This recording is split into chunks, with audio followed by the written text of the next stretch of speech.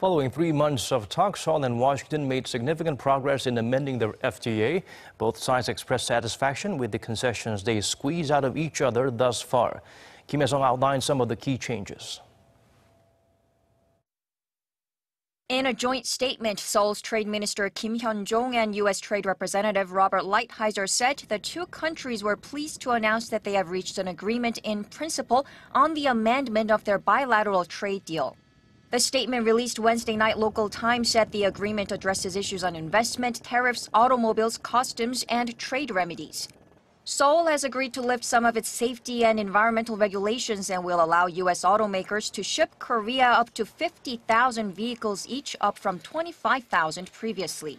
Tariffs imposed on Korean pickup trucks exported to the U.S. will be extended by 20 years to 2041.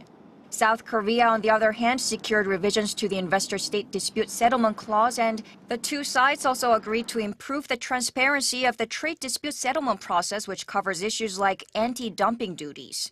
But as South Korea's trade minister mentioned at a press conference Monday, there is no further opening of Korea's agricultural market or the mandatory use of U.S. auto parts. The announcement comes less than 3 months since the first round of trade talks began in January. In the joint statement, Seoul and Washington said the agreement represents an important progress in improving Korea-U.S. trade and economic relations based on their strong and enduring security relationship. As well as the FTA amendment, there's an agreement on exempting South Korea from the Trump administration's 25% steel tariff measures. In exchange, South Korea's quota will be set at 2.68 million tons of steel exports a year, or 70% of its average annual shipments to the U.S. between 2015 to 2017. The arrangement with respect to steel products is expected to take effect on May 1st.